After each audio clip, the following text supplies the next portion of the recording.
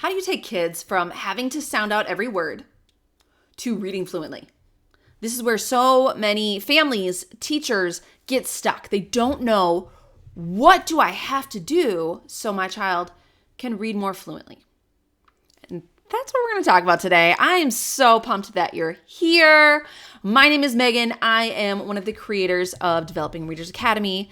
We have a Miss Buddy Reads program that is made for kindergarten through second graders. Right now I'm building our third grade plus program, so our older kids that need early skills, called Thrive. And man, it's so good. But right now I want to be talking about something pretty specific and showing you an equation. We're going to do a little math and we're going to do a little baking here today. So if you like either of those, you're in the right place. And if you want to know how to take your child from sounding out words to fluent reading, this is it. And let me be clear here. We want kids, when they're at the early stages of learning how to read, we do want them to sound out. I'm not saying don't have your kids sound out words. I'm saying, how can we transition them into that fluent reader where they know these words automatically? Because we do want to get them there, right? We don't want them to have to sit there and og, dog, blast every single time they get to a word. We want to help build up their sight vocabularies so they have access to words quick as a snap. And that's why I actually call it the quick as a snap recipe. That's right, we're building a recipe out today, and we're also building out an equation. I'm going to do two at the same time. We're going to see if my brain can handle that. So this is our equation. I'm going to give you a little sneaky peeky here. Now, this is our delicious bowl. We're going to be building a cake. Making a cake. That sounds better. We're going to be making a cake. And this cake, the flavor of it is going to be automatic word reading. Automatic word reading, which means your child can look at a word and can read it what feels like instantly. That's where we want our kids to be. We need 2 ingredients. 2 ingredients? Megan, are you losing your mind? You only need 2 things? Yeah, you need 2 things. The 2 ingredients we need to add in is, I'm going to draw an ear. I'm going to attempt to draw an ear. Oh my gosh. It's decent. I've done worse. Is sounds. AKA, you might know it as phonemic awareness. Your child has to be able to break words into individual sounds, and they have to be able to put sounds together to make words. If they can't do that, if they can't recognize the sound structure of our words that we're saying out loud, they're going to have a really hard time with automatically reading words. So that's half the equation. So I'm going to write sounds down here. The other half of the equation for the ingredients we need to add is going to be phonics. And when I say phonics, I mean they need basic letters, A, B, C, D.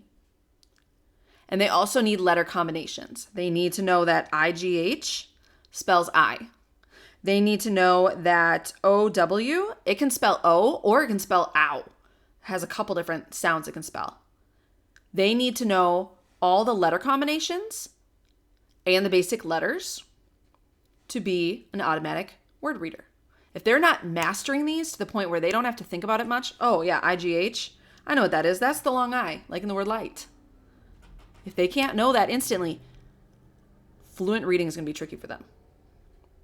And here's the third piece. This isn't, I don't include it as an ingredient. Oh, and here, let me write phonics down here. I don't include it as an ingredient, so it's kind of like off to the side, but it's something that we absolutely need for our kids. I'm going to make this like dark blue. I don't know why. This is a whisk. Not terrible, not great. This whisk is our repetition. Because we need to add these ingredients together. We need to whisk it together until our batter is smooth. We need to have enough repetition to master these. Like I said, not just introduce it to them, but master them. And that comes with repetition. Some kids will have a smooth batter after just a couple little whisks. Their sounds, their phonics, we got it, we're good. Some kids will need a lot of mixing, aka a lot of repetition. Think about your kiddos with dyslexia, ADHD, autism, whatever it is. They need more practice, and that's okay. We just have to give it to them. This is how we're going to get to automatic. Oh, and it's not showing it. Pew, there we go. Word reading, aka fluency. We want our kids to be fluent readers, right? This is what we need to do. We need to give them strong phonemic awareness, strong phonics, and repetition to the point that they master it. That is stuck in the long-term memory part of their brain so that they can start applying it to not just words that you worked with them on, but new words too. That's when you know they mastered it, when they can look at a new word that they've never seen or that you haven't directly taught them, and they can still apply that skill. They can still look at IGH in a word. Maybe they've never seen the word lightning. Who knows? I'm just putting it out there. So they've never seen it written out. They've heard the word, but they've never seen it written out. But they can go, oh, wait, I know. IGH, that's like in the word light. Oh, lightning. Oh my gosh, I solved that word. That is when a child has mastered it, when they can apply it to other words. Now, this formula, I think, is very powerful for families, for teachers, even for kids to know what part of this formula is missing is what you're going to figure out if you have a child who's not yet a fluent reader. And I forgot one thing. Let me talk one thing, the multiplication. I was I didn't put plus for a reason. We're not adding them together. We're multiplying them, because if we're missing any part of the equation, or if any part of that equation is lower, it's going to impact their fluency. If they're pretty good at sounds. They get a 1 for sounds, but they're still missing a lot of the phonics. They have not really been taught these, or they haven't mastered them. Yeah, and that could be it too. Let's say they haven't, which way do I want to go with this? We're going to say they haven't really learned all of them, but they've gotten repetition with the ones they know. They've worked on the sounds. What is 1 times 0 times 1? Well, anything times 0 is 0. So now their fluency is 0. Or let's say, they're kind of good at blending sounds. They're kind of good with most ones, and I kind of good with repetition. I don't even know what that would be. What would that be? 0.125? Is that right? That could be wrong. Don't check my math. Is it 0.125? Anyways, you can see if any of these numbers are lowered, it impacts their fluency. We need to be getting all 3 parts of this equation to a 1. We need to give them where they can hear sounds and words. They can put sounds together. They have been explicitly taught the skills that they need, and they need repetition to the point where they can come up with this skill easily and apply it to new words. And when we can do those 3 things, that is when we're going to see their fluency skyrocket. So right now, what part of this equation do you think your child needs help with? And how can you confirm that? What can you do? Now, I am going to have another training, and I'm going to link it below, that's going to go a step deeper into this.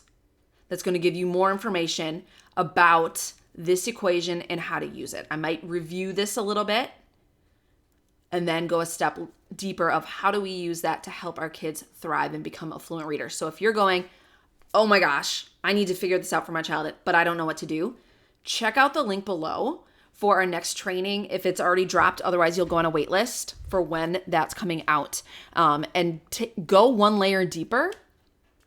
And that's going to set you up to know your best next step for your child. I'm all about taking action. I don't want to sit around and just know this and not do anything. You know this now. Now go do something about it. What are you going to do about it?